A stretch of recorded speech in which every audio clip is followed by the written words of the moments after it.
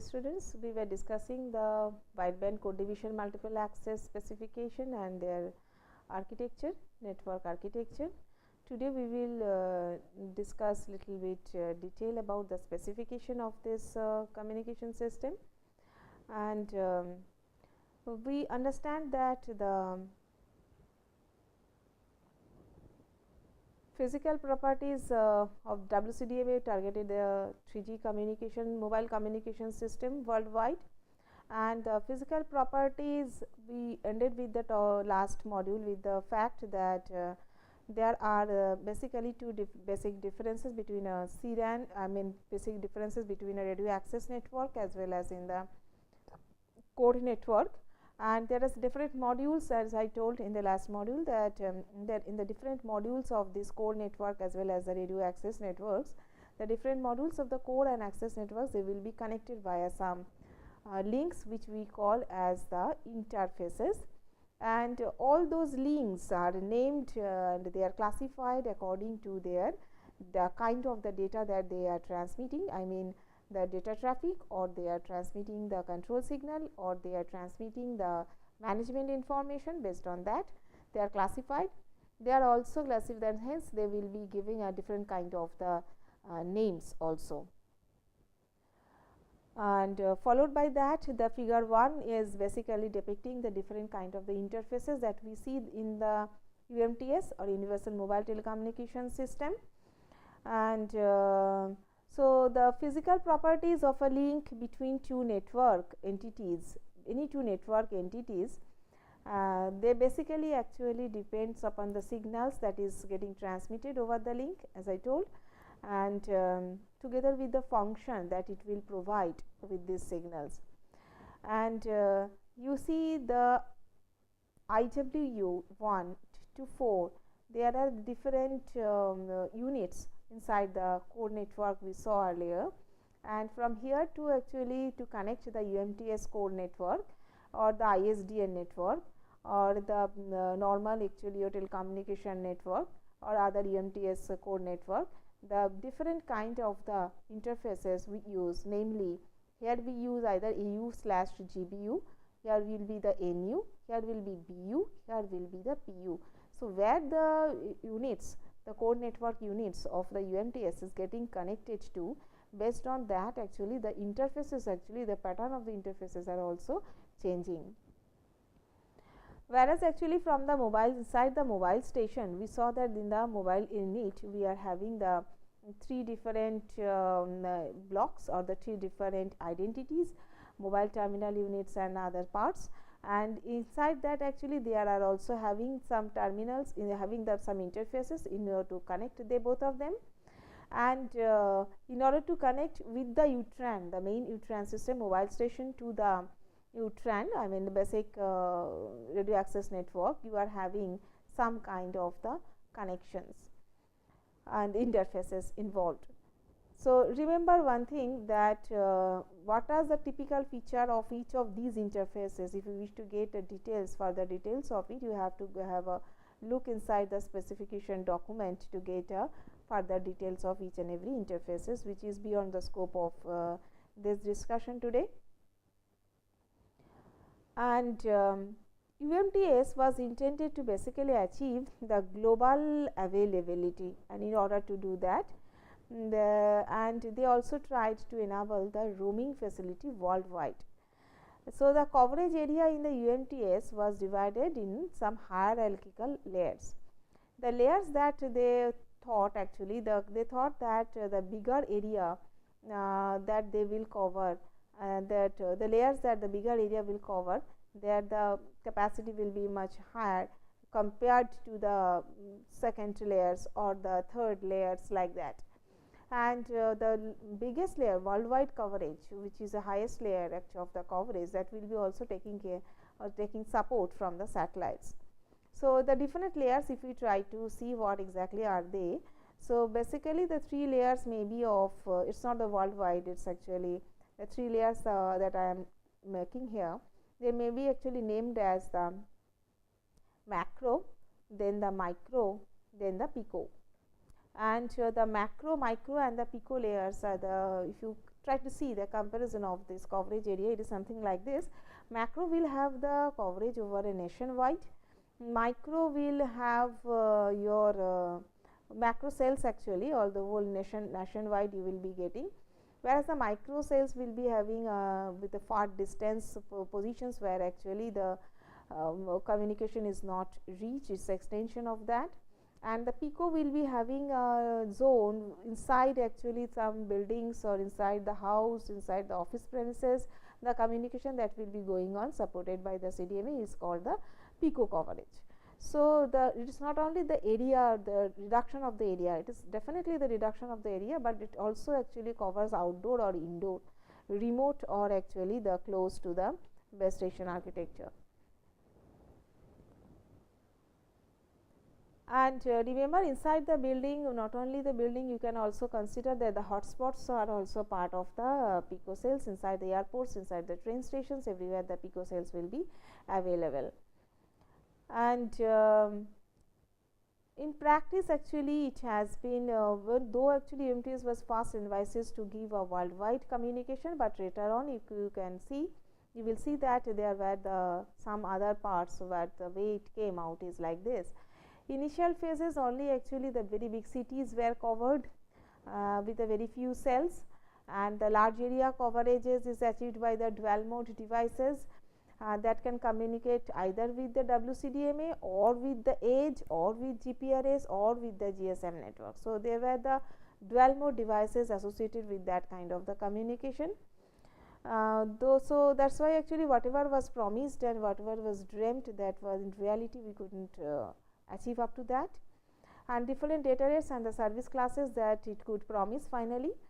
The maximal data rate and the highest supported user velocity are different from the different layers for each and every layers. For example, the macro layer, which is the biggest, the highest layer, and they were supported 144 kilobit per second, because the coverage distance was much more, and up to speed that it could support up to 500 kilometer per hour. So, you will get a assured connectivity if you are moving with a velocity of up to 500 kilometer per hour. If you are in a micro layer, then the data rate will actually simply increase, because your distance covered has reduced. It is now changed from 144 to 384 kilobit per second, and the maximum speed of the vehicle with which you can move, as you are asking for the higher data rate, definitely there will be a restriction on the speed, which is basically 120 kilometer per hour. Let us see what is the target for the pico cells. In the pico cells, the user speed which was maximum 10 kilometer per hour, and hence we promised a data rate of 2 megabit per second, which is basically an indoor environment. So, it is a pedestrian speed that we can expect, or very low battery enabled cars suppose moving inside the airport zone, and there your 2 megabit per second data connectivity you can avail.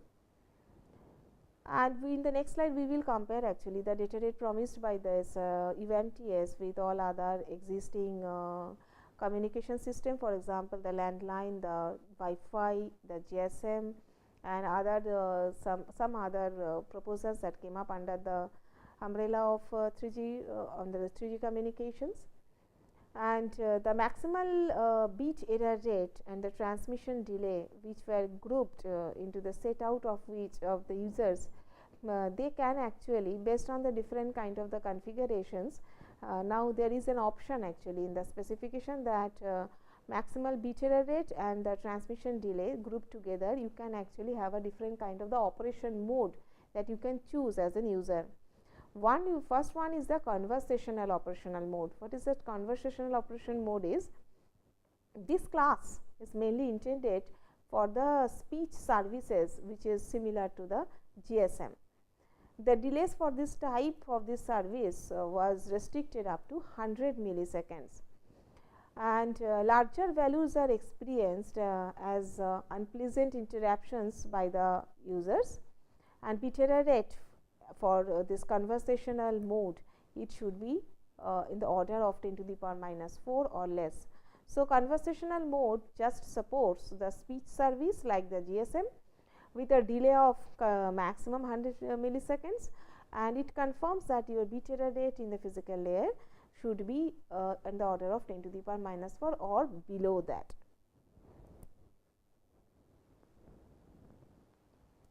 Before going to the next class, as I was explaining in the last slide that this slide will continue with a comparison study of different kind of the existing communication systems.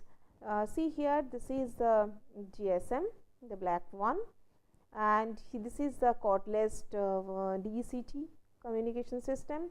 This is a mobile broadband system. This is WLAN. PSTN is a telephone network, landline networks, and here was the UMTS. So, the data rate wise, if I compare among all of them, so UMTS give around close to 1 to 1.5, 1 to 2 Mbps data rate. So, it is a data rate, it is not a megahertz, it should be Mbps, it is not megahertz, it is Mbps. And this is a mobility which is moving with a kilometer per hour. So, UMTS can support, as we have discussed in the last slide, that it can support maximum up to 500 kilometer per hour, and it can give you a data rate up to 2 megabit per second in certain environment. When your data rate high data rate means actually your speed is very less, close to the 10 kilometer per hour, and also you are very it is 1 kilometer or less. So, you are actually very close in the indoor environment to get a high data rate. As you are moving towards a very high speed, with moving with a very high speed, your data rate is decreased.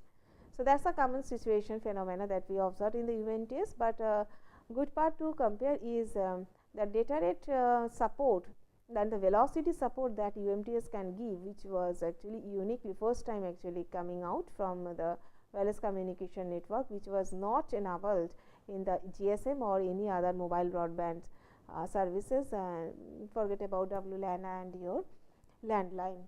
So, the data rate support along with your high speed, with a vehicular speed, was actually the very unique feature that 3G communication gave us. Moreover, actually the range wise, actually coverage range wise, if you try to see the way they could support the variable data rate as well as the variable coverage, it was also the unique concept that first time came when 3G came into picture. We will go back to the different class of the choice that user can have in the 3G. We have studied about the conversational mode. Now, come to the streaming mode. In the streaming mode, in the conversational mode, it was the voice data traffic going on. In the streaming mode, you are streaming the audio and the video streaming, going ahead with audio video streaming, and they are viewed as one of the very important application of the WCDMA, because first time it was introduced in the wireless communication, and the delays that actually was ensured, it should be in excess of 100 milliseconds, it can be tolerated, and the receiver typically buffers several seconds of the streaming material. Bit error rate and typically are very small, as noise in the audio signal is often considered to be a more irksome, and then the voice and the telephone conversation. So, the bit error rate is very small, it is even below the 10 to the power minus 5, and that was the streaming. In the interactive mode, actually this category encompasses applications where the user requests the data from a remote area. So, it is basically the web browsing, I can call it will come under this class, and but also the database retrievals, the interactive computer gaming, they are all falling into this interactive class. And for this interactive class, actually the upper limits to tolerable delay is at same 100 to 100 milliseconds, not beyond that, because for even for web browsing or some any kind of the interactive games, the high delay damages the spirit, and bit error rate has to be lower, typically 10 to the power minus 6 or even less than that. So, background class is something that encompasses a service where transmission delays are not that much critical. For example, your emails and your short message services. So, short message services encompasses the portion where actually even if your delay is little bit higher, then you are not that much concerned about. Even the error wise also, the bit error rate wise also, that it is not that much critical.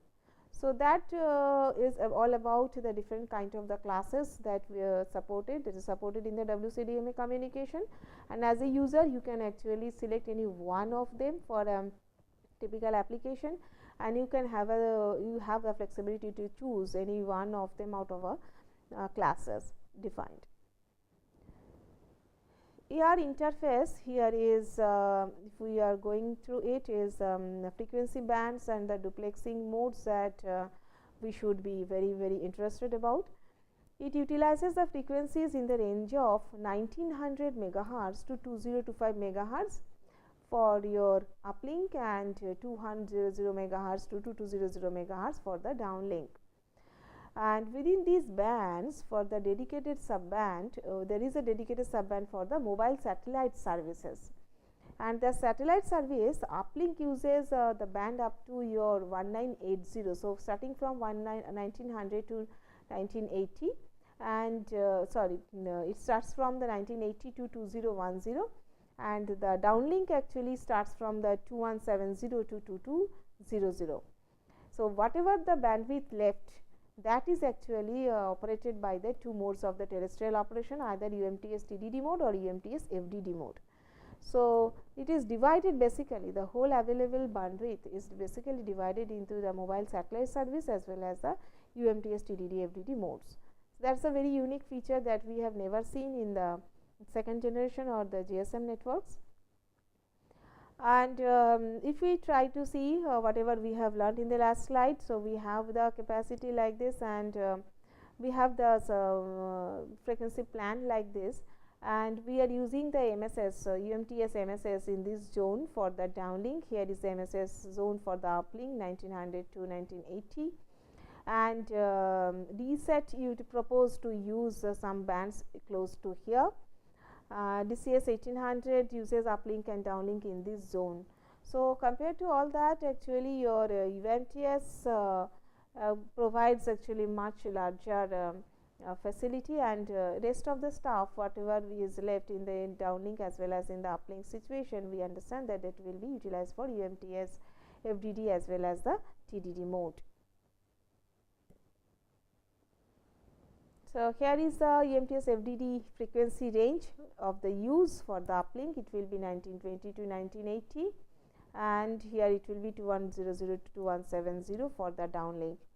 TDD mode does not distinguish between the uplink and downlink, because here you are actually differentiating the uplink and downlink communication by some different disjoint time slots, and so it does not require any symmetric frequency bands and all, because there is no overlapping at all over the frequency bands, because time is different, transmission time itself is different, and provides orthogonality between the transmissions.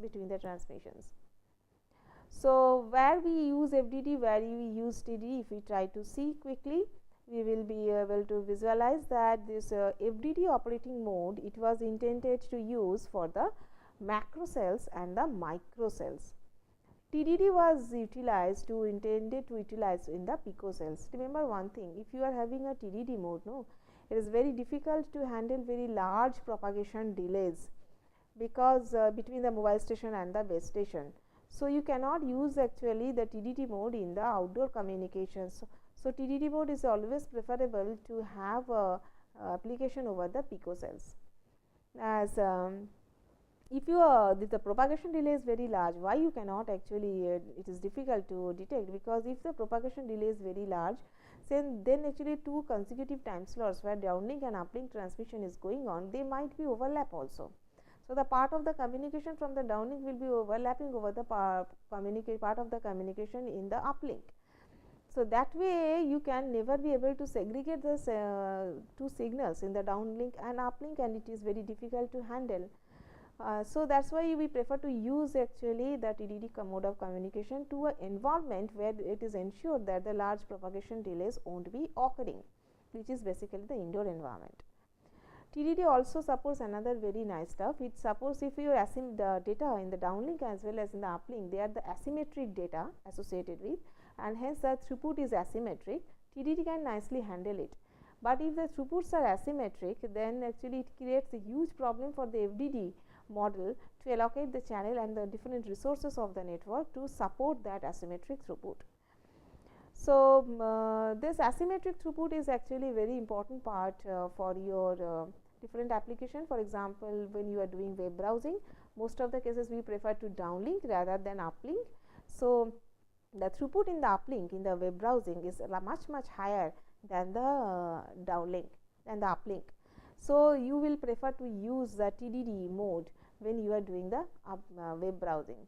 So, hence you see, based on the kind of the application you are doing and the kind of the difficulties associated with those applications, we prefer to allocate the users as a TDD mode or the FDD mode. And for medium access, when it is a TDD mode, time division duplexing going on, the medium access technology will be the joint detection time code division multiple access. And if it is a frequency division, if it is a FDD mode going on, definitely you will prefer to go ahead with the WCDMA or wideband code division multiple access based mode, multiple access based transmission mode. So, that is all actually about the fundamental understanding of what WCDMA is about, what are the typical features of this WCDMA, what are the interfaces, what are the different mode of the operations, where are the frequency channels, allocated bandwidths, and in what situation what kind of the different mode of operations are applicable, and what kind of the medium accesses will be sufficient and will be justifying the kind of the application we are preferring to do. And most important thing, this is the first time actually in the WCDMA we are going to support the voice, video, audio, as well as for example, there is a multimedia support. So, voice, video, data, and your web browsing, all supports are supposed to be there. So, you have a maximum flexibility in the WCDMA system to go ahead with a multiple class of the choice of operation based on the bit error rate requirement as well as the time delay associated with it. And that is why we saw the 4 different class of the operation going on based on the kind of the operation, kind of the communication you are trying to do. For example, voice will be only related with the conventional with the conversational class, as well as actually streaming mode will be always associated with the audio video streaming mode, and hence their bit error rate requirements and the delay associated with them will be completely different. 2 other remaining modes for your web browsing as well as SMS transmission and your email sending, they are actually different from the previous 2 modes. And this is a very we could not go in details of this specification of this WCDMA, we are seeing actually the constraint of this course and seeing actually the time limits associated with this. And but it does not stop you to explore the different kind of the specifications. You can open up the 3G specification, WCDMA specification, or any trans any good book or technical document available over internet, as well as if you go into the IEEE mentor site, you will be able to get the 3G spec document, and please go ahead with it as per your interest. Please try to explore all the further details as you find it is interesting related to WCDMA.